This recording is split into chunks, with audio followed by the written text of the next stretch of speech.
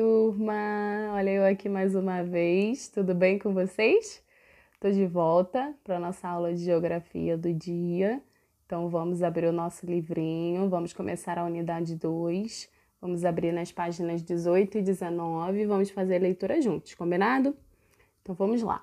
A divisão política e regional do Brasil. No início da unidade, tem uma imagem aí, ó. Divisão dos estados, Ceará e Pernambuco, e uma outra plaquinha, escrito Brejo Santo, Juazeiro do Norte, Fortaleza. Vocês já ouviram falar esses nomes? Eu acredito que sim, né? Vamos para as perguntinhas que tem logo no início da unidade. Vocês já pararam para pensar como é que se estabelece aonde termina e onde começa algum estado? Alguém já parou para pensar como é que isso acontece? Vocês acham que é possível enxergar a linha que divide um estado do outro?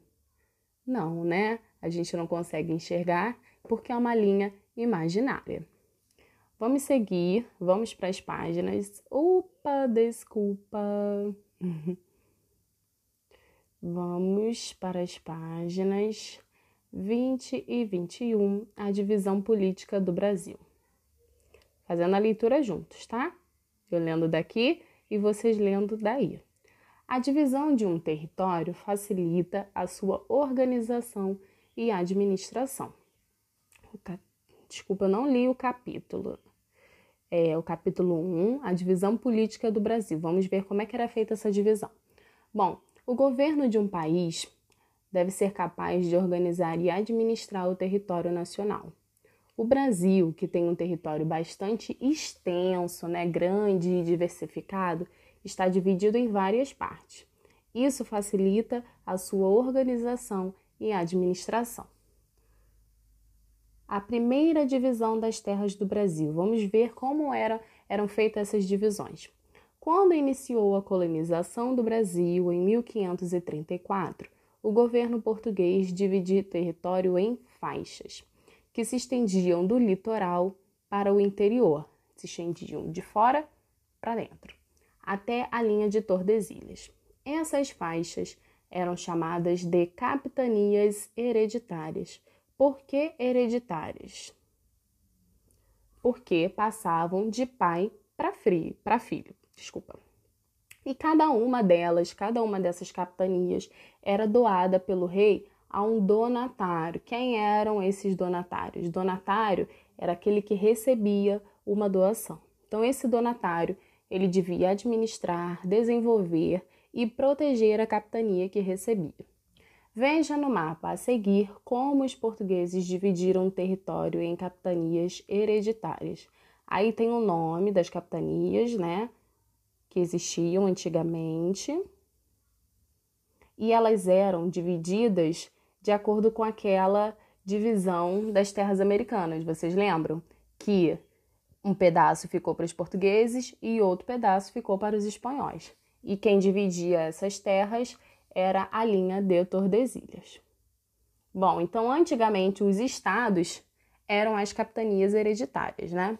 Hoje, a atual divisão das terras do Brasil. Hoje, o território brasileiro está dividido em 27 partes, chamadas unidades federativas. Por que federativas? Federativas é que fazem parte de uma federação, no caso, o Brasil. As unidades federativas também são chamadas de unidades de federação. Bom, então essas unidades correspondem aos 26 estados e ao Distrito Federal. Então, o nosso país tem 26 estados e o Distrito Federal. No Distrito Federal está situada Brasília, a capital do país e sede do governo federal. No mapa a seguir está representada a atual divisão do território brasileiro. Esse mapa também mostra as siglas das unidades federativas e a localização das capitanias dos estados e da capital do país. Bom, cada estado brasileiro também se divide em partes chamadas municípios. Mais uma observação. Município é diferente de cidade, tá, gente? O município é composto pelo campo, que é a área rural, e composto pela cidade, que é a área urbana. O Distrito Federal, os estados e os municípios constituem as unidades políticas administrativas do Brasil. Aí aqui tem um mapa do Brasil com as unidades federativas, é o nome de todos os estados que compõem o nosso país. E aí tem algumas perguntinhas, aquelas que a gente responde batendo um papo. Observe o mapa e converse com seus colegas e professor para responder as perguntas. O que é que representam as linhas brancas no mapa? Vou voltar lá no mapa. Olha as linhas brancas. Lembra daquela perguntinha no início da unidade?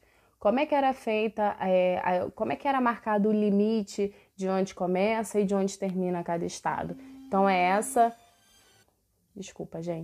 essa linhazinha branca que está representando essa divisão. Continuando. Em que unidade político-administrativa você vive? Qual é o estado que nós vivemos? Pensem. Perguntinha fácil, né? Rio de Janeiro. Letra C. Quem administra as unidades políticos-administrativas brasileiras? Bom, então são duas pessoas, né? Primeiro, quem administra o estado todo é o governador. Quem administra o município, que nós também vivemos no município chamado Rio de Janeiro, quem administra esse município é o prefeito. Letra D. Quem administra a unidade federativa em que você vive? Quem é que sabe qual é o nome do nosso governador? O nome do nosso governador é Wilson Witzel, ok? Aí tem uma perguntinha para vocês responderem. Eu não sei se tem espaço para vocês responderem no livro de vocês. Aí está perguntando, em sua opinião, essas unidades são bem administradas? É uma resposta pessoal, tá? Aí seguindo, vamos para as páginas 22 e 23, capítulo 2, a divisão regional do Brasil. O que é região? Uma região pode ser definida como uma porção da superfície terrestre que reúne características que as diferenciam de outras porções. A divisão do espaço geográfico em porções que têm características semelhantes, características parecidas, é chamada de regionalização. O IBGE dividiu o Brasil em 5 regiões. Bom, o Estado Brasileiro de Geografia e Estatística, o IBGE, é o principal órgão governamental que oferece informações e dados estatísticos oficiais sobre o país. Para isso, realiza variadas pesquisas sobre aspectos sociais, econômicos e naturais do Brasil. Para facilitar a pesquisa e a organização de informações e dados sobre o nosso país, o IBGE dividiu o território brasileiro em 5 grandes regiões: Norte, Nordeste, Centro-Oeste, Sudeste e Sul. Cada uma dessas regiões agrupa estados que apresentam características semelhantes quanto à vegetação, ao clima, à história da ocupação humana, às atividades econômicas desenvolvidas e a outros elementos. No mini atlas geográfico, né, vocês receberam, não sei se é separado ou se é no final do livro, acho que é no final do livro, né? Tem um mini atlas.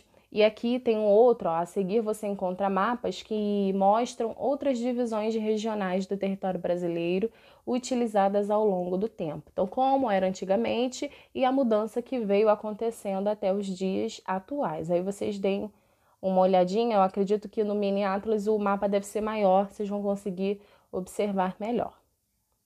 O governo brasileiro adota a divisão regional do IBGE. A divisão regional feita pelo IBGE é a regionalização oficial do Brasil, isto é, a divisão estabelecida pelo governo. Assim, todos os órgãos governamentais devem utilizá-las nas atividades de planejamento e aplicação dos recursos públicos. O que são esses recursos públicos? É o dinheiro arrecadado pelo governo por meio de impostos e taxas. As informações e os dados estatísticos fornecidos pelo IBGE auxiliam o governo a organizar e administrar o país em todas as áreas: saúde, educação, habitação, transporte, entre outras.